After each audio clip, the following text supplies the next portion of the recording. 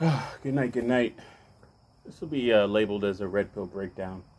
Um, it's something that really annoys me about social media nowadays.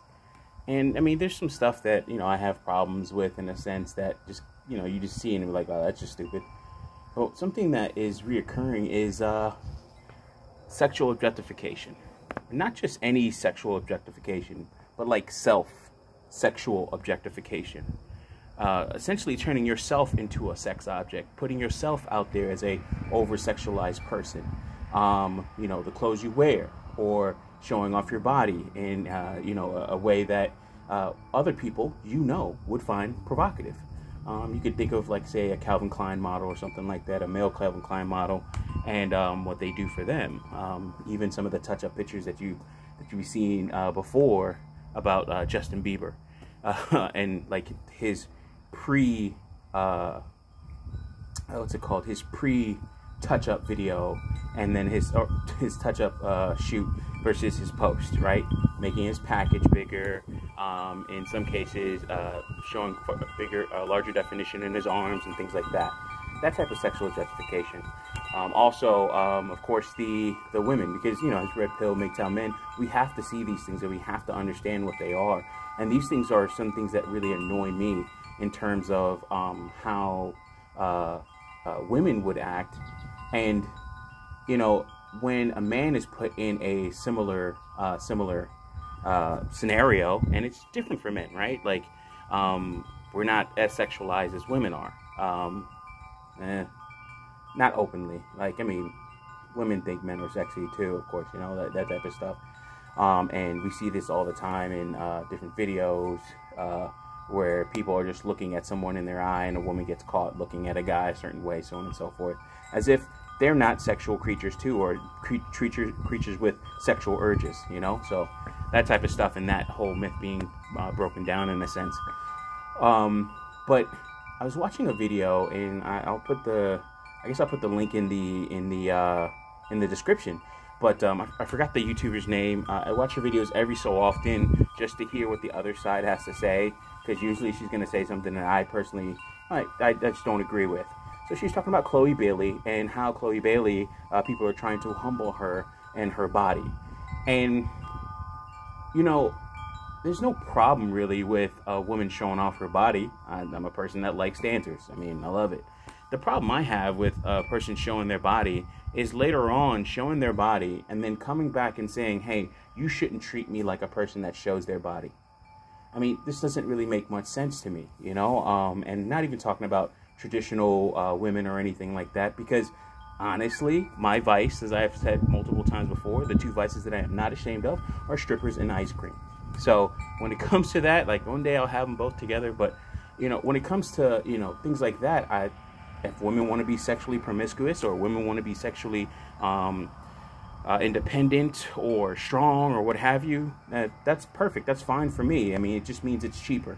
And that's just how I look at it. And of course, this will be seen as a misogynistic stance, but it is what it is. Like, if I'm a person that will buy it, then there are people selling it. But when I see over and over again the self-sexual objectification in music videos, the lyrics that women say in their music, it reminds me of men when we talk to one another about somebody, looking a certain way, right? So you have a brother that's right next to you. He's made quite a bit of money.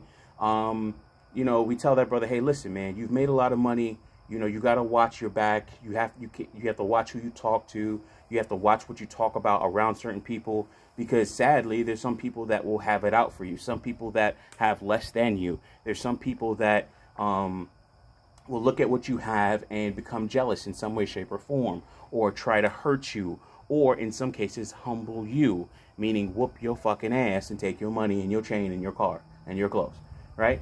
And we tell brothers this and be like, hey, listen, you need to be careful of this. You need to watch out. You need to understand that there are some people out here that will hurt you for the shit that you have.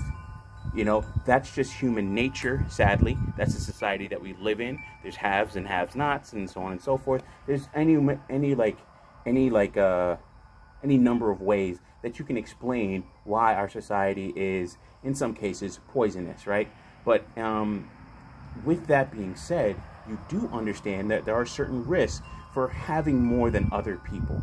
You know, why do rappers move out of certain areas once they, you know, become very rich or have more cash flow? They move to affluent areas where in these affluent areas, they are not seen as an outlier. They are normal. And that normalcy actually has a level of protection.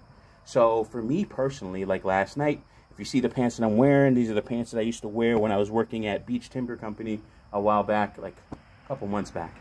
And they have tree sap all like ingrained in them, and they're light gray, and this tree sap ain't coming out. It's like literally like the Gorilla Glue, the brown one. It's like having that all over your pants. Like, this stuff ain't coming out at all.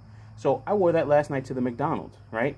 And the thing is, I know how much I make. I've made 6 figures for a number of years now, right? Like in terms of owning businesses. And I'm not saying that's what I took home all the time, but that's my gross, you know, and that's what people go off of. But, you know, I've made 6 figures for a long period of time, but I don't flaunt my money, especially not like I used to. I don't have the same car or anything like that. I don't wear the same type of clothing and, you know, have money around and things like that. I don't think I've really been that person, like really too flashy. Like, people wear nice clothes, but nothing crazy. But I changed. But then it's even more important in my current environment now, because my area is not really affluent. Like, I live in a pretty decent neighborhood now. I have quite a bit of land. I wish it was daytime so you could see the lake, of course, and do these lakeside chats and all this other stuff. But you can see it in other videos. I showed them that. I showed enough. But a lot of people do not have this. A lot of people are, in a sense, making less than me. So I have to understand that when I talk and deal with people, because you'll hear it in small ways. You know, like some guy comes to do a job and I say, all right, cool, yeah, that's nothing serious. And they'll always come to me and be like, oh man, that's because you got it, man. You know, you Daddy Warbucks, you this or that, so on and so forth. I was talking to a brother just the other day, and I'll get back to the point of this, but I want you guys to understand, like, you have to be cognizant of your environment, and the people that you talk to, and the way in which you talk to them, and what you actually reveal to them, especially when they're closer to you. A lot of you on YouTube, or a lot of you watching me through YouTube, you're not that close to me. And even if you could be close to me, would you actually is it worth it to you, and would you make the trip to come and see me or get close to me? Right? I can make all types of, like, hey, listen, you know, I'll pull it on you when you get here. But it's just like, will you actually put in that effort and that much energy into coming to get to me? And the answer is no. It's usually just not.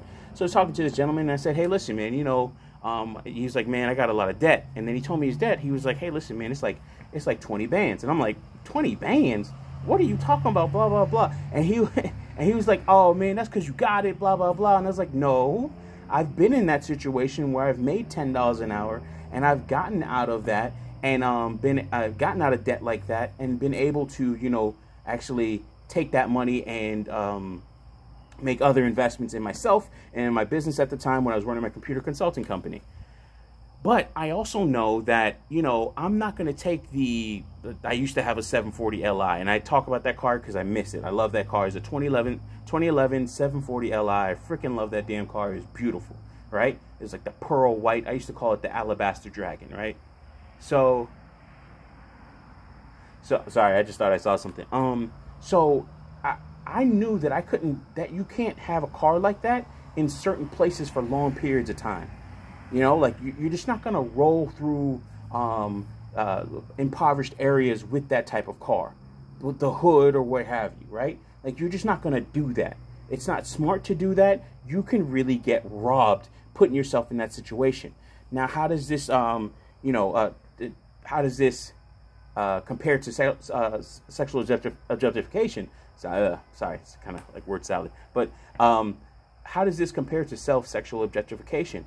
Well, if you put yourself in a certain position, or actually put yourself out there as a certain person, in certain dress, in terms of some of the things that you say sexually, music, words that you say, so on and so forth. And we're not even talking about stars, for instance, but if you have somebody that's in your area or in your neighborhood and they're saying certain things to you, or saying certain things to your friends or your partners, and you have a fairly close-knit group, aka just being in the same high school, then you're going to start to see you get treated differently by the actual group itself, or that community, aka your high school or what have you. You're going to be seen as a bopper. You're going to be seen as a person that is a slut or a whore or anything else like that. You're going to be seeing these negative lights. So it's like, why would you do that to yourself? And the only way I can explain it is social media. Just like I just talked about, you're not going to expend the energy to come and see me, even if I gave you my address right now. Even if you said, hey, I am an hour away from this person, you're not going to be like, well, you know what?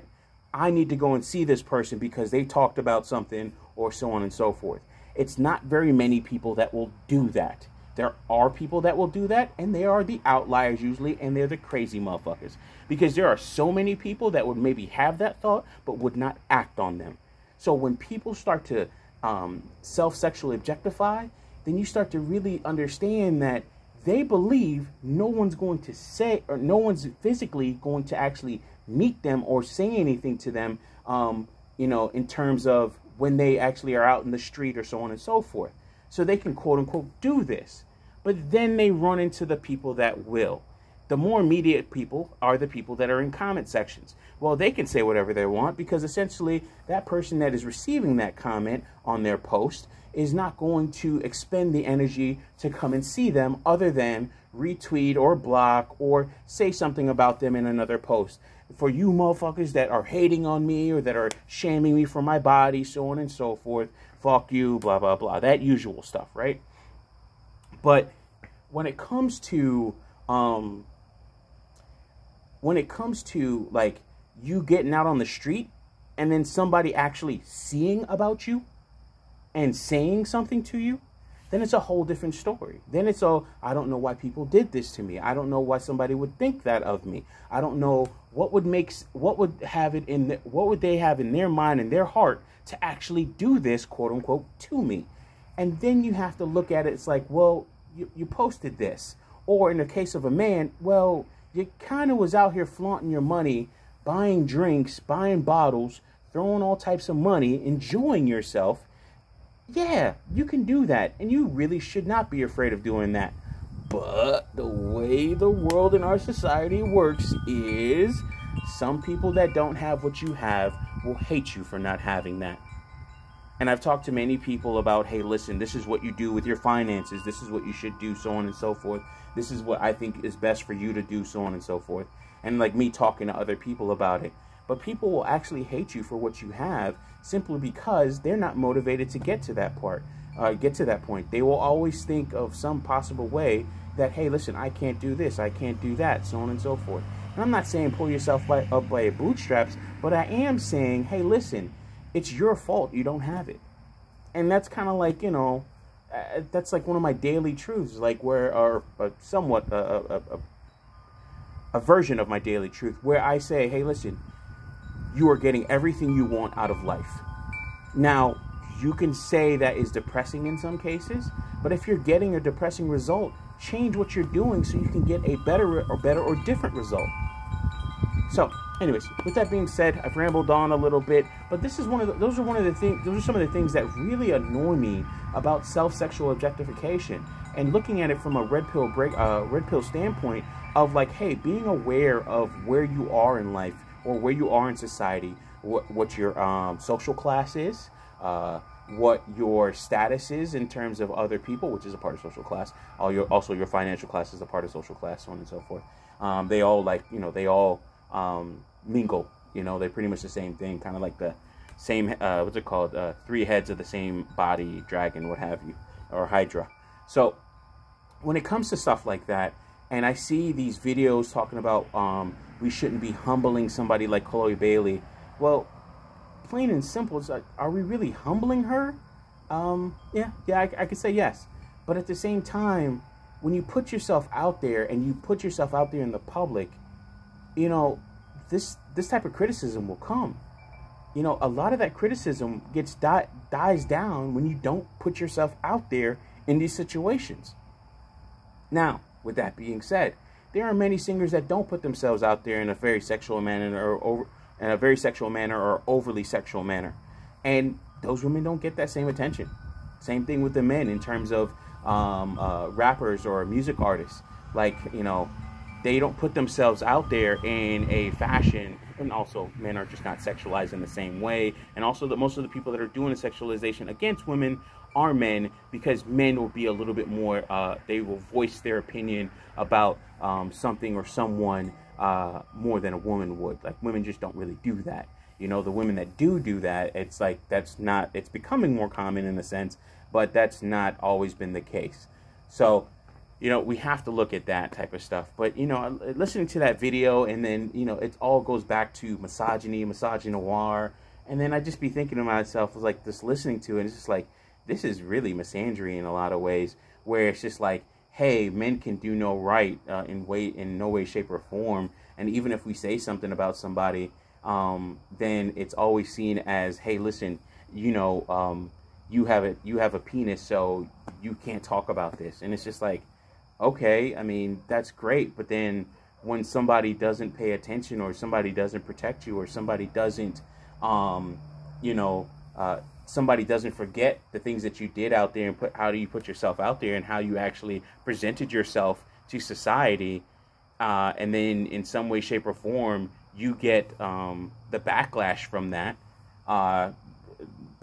negative backlash from that, then we as men will just look at you just like we looked at the dude that was flaunting his money, riding around in his nice car in the hood, and be like, yeah, nigga, that's what happens.